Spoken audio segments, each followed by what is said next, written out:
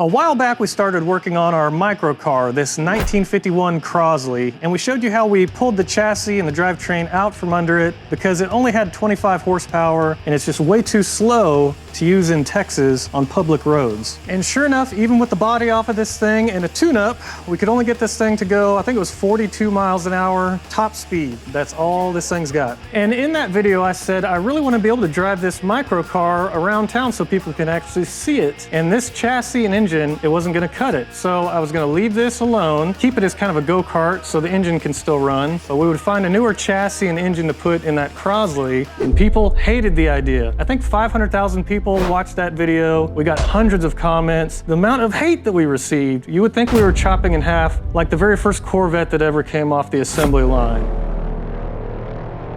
It was amazing. And then wouldn't you know it, just a couple months ago, the most famous car show on the entire planet had a Crosley on it. Holy shit, that's terrible. James May, are you flat out? Yes, 38 miles an hour. And James May drove that thing around and said all of the same things I was trying to tell you guys.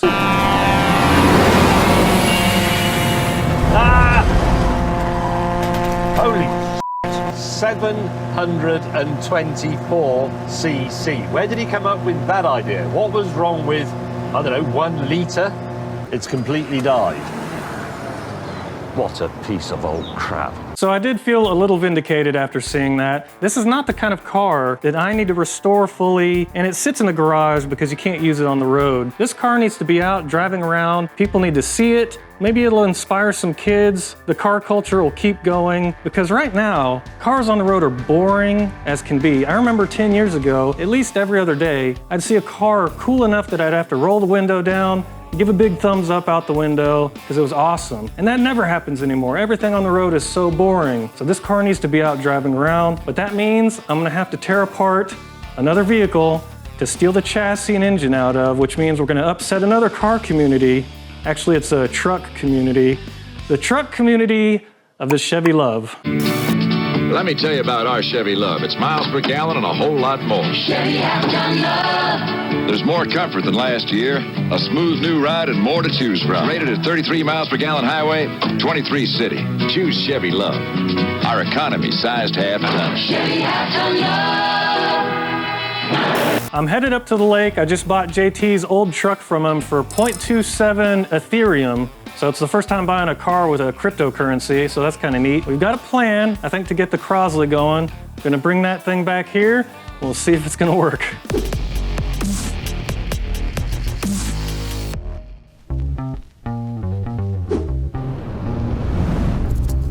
Once I say the word Chevy Luv in here, it's gonna go into that algorithm. Everybody's gonna be mad at you. Oh, I'm sorry, but you know, I got a budget and this isn't in it right now. This isn't in it. I don't think people want these that much anymore because you never see them. Nobody. This is the less desirable of the Loves. They only made this one for 2 years. Yeah, is it a 4-speed or a 5-speed? 4. 4-speed? You wanna open the door and see if any wasps come out of this thing? What's that? Shotgun shells? Shotgun shells everywhere. There's guaranteed to be a billion brown recluses in this thing. Look how hot it got on the dash, just from the Texas heat or the Oklahoma heat. What is that? It's a box of candy. I think it got hot in there. Oh, it's Nerds. Son? Swisher Sweet? That's gonna be you or Pitts. Swisher Sweet? Oh, a Black and Mild too. Oh, there's you. We got one of each. But you said it did do highway speed, so you think the Crosley should do highway speed? I think so. That was the whole point. Cody swears it wouldn't do highway speeds because it revved too high, but he's probably confusing that with his original Luv that had 456s in it. This has got lower gears than being an 81. So it's 3-something rear It's gears, either you think? 342 or 410. Okay. Yeah, it's in neutral now. Seems like it's in neutral. Yeah. It's got like a pull and twist parking brake. Okay. Okay. Okay.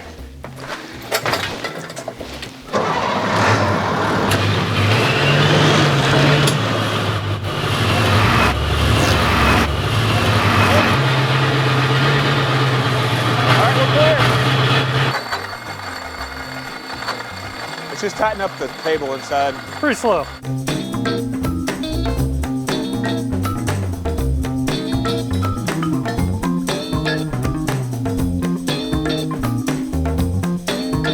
Okay, what did we learn from that? Probably Not have Walmart winches. No Walmart winches. Air in your tires. No ATV ramps. No ATV ramp.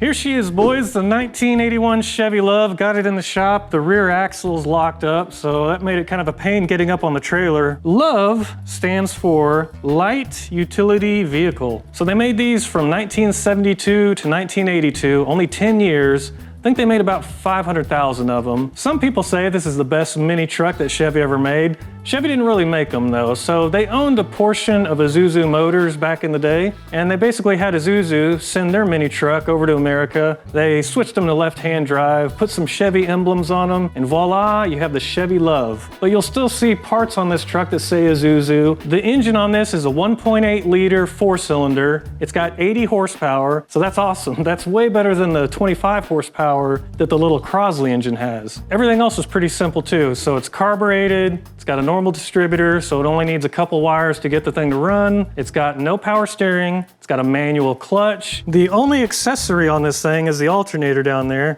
This is like a smog emissions pump, so we'll throw that in the trash. So one little belt, an alternator, and the only fluids are the oil, coolant, brake fluid. That's it. So the goal for today is to just get the cab and the bed off of this. Take a look at the frame. I know we're gonna have to shorten it because the wheelbase is way longer than the Crosley. When you get them side by side, you can see just how much shorter the Crosley is.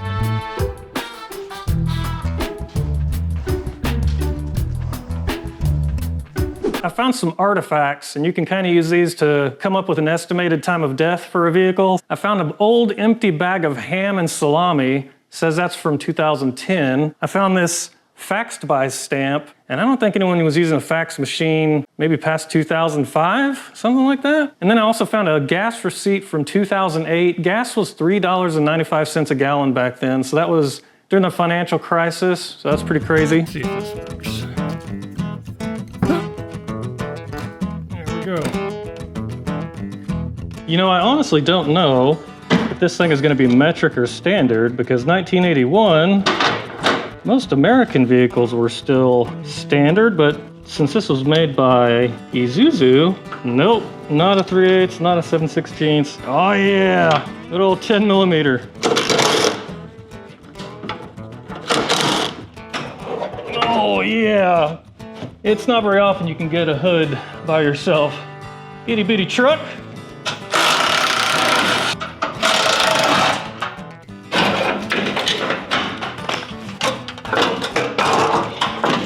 Okay, grill. We don't need any of this wiring. Wiring's gotta go.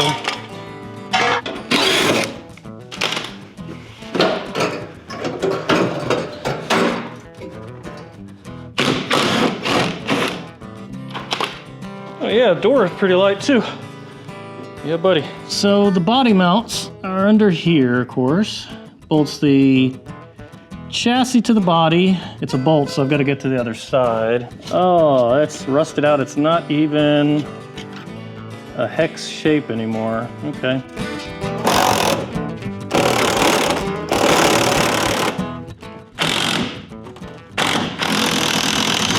Nice! I cannot believe this worked. This is not an advertisement. That's actually the first time I've used one of these old gator grip sockets. It actually worked. It gripped the end of that stupid bolt. Well, this one over here on the driver's side, I couldn't get it even with the old gator grip.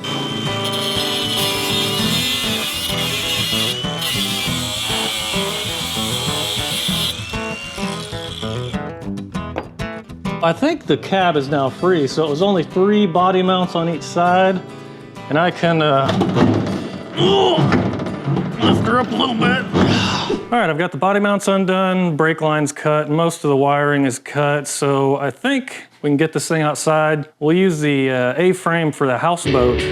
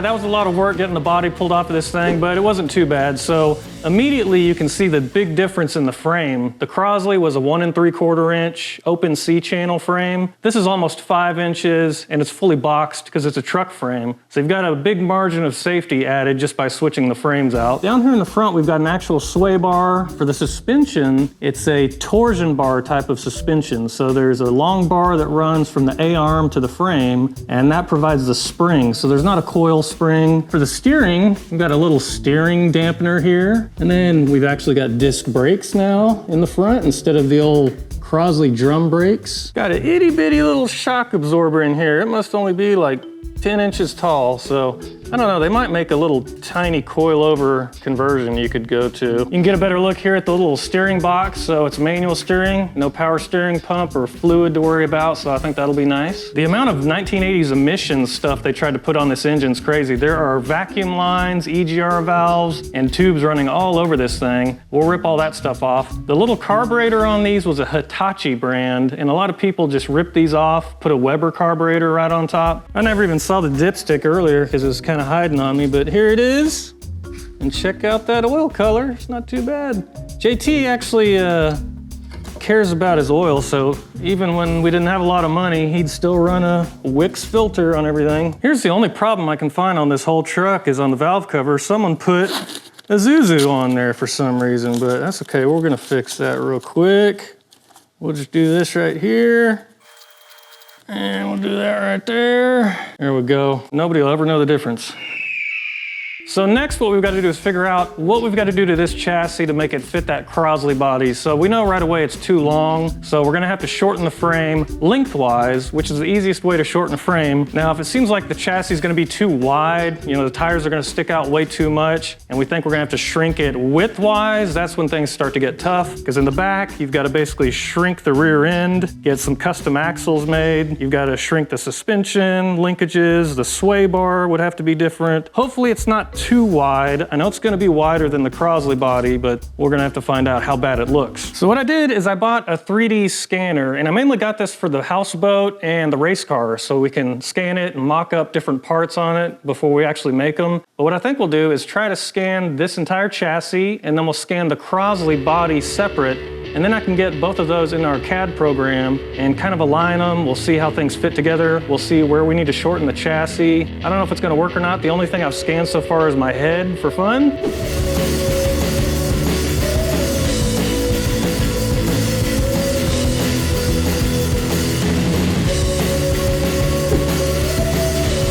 So we're gonna do that on the next episode though. So if you guys wanna stay tuned to that, hit the old subscribe button. Appreciate you guys watching as always, and we'll catch y'all next time.